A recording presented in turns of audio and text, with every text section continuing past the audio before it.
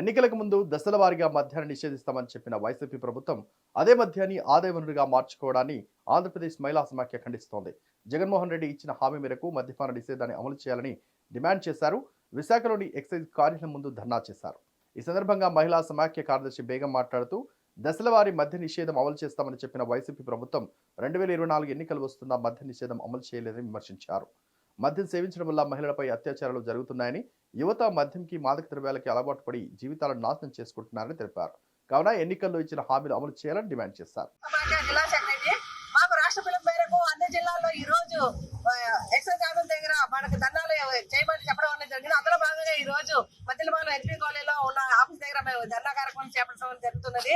ఎందుకంటే ఎన్నికల ముందు హామీలు అమలు చేస్తానని జగన్మోహన్ రెడ్డి చాలా హామీలు ఇచ్చారు. అదే నవరత్నాల్లో కూడా మద్యాన్ని కూడా ఒక ఇదిగా చేసి దాన్ని దశల వారీగా అరికడతానని ప్రజలకు హామీ ఇచ్చి ఇప్పుడు మళ్ళీ రెండోసారి 2024 వరకు కూడా అది ఏమీ చేయకుండా అలా వదిలేయడం చాలా దుర్మార్గం, పట్టించుకోకుండా వదలడం చాలా దుర్మార్గం. కాబట్టి ఇప్పుడు ఏంటంటే మద్యాన్ని వెంటనే నిషేధించాలని ఎప్పటి నుంచో పోరాటాలు మహిళలు చేస్తున్నప్పటికి కూడా మద్య నిషేధాన్ని ఏమీ చేయకుండా ఆ మద్యాన్ని ఆదాయ వనరులుగా సృష్టించుకొని దానికోసం ఆదాయం కోసం పాటుపడుతున్న ఈ ప్రభుత్వాన్ని అడగట్టాలి.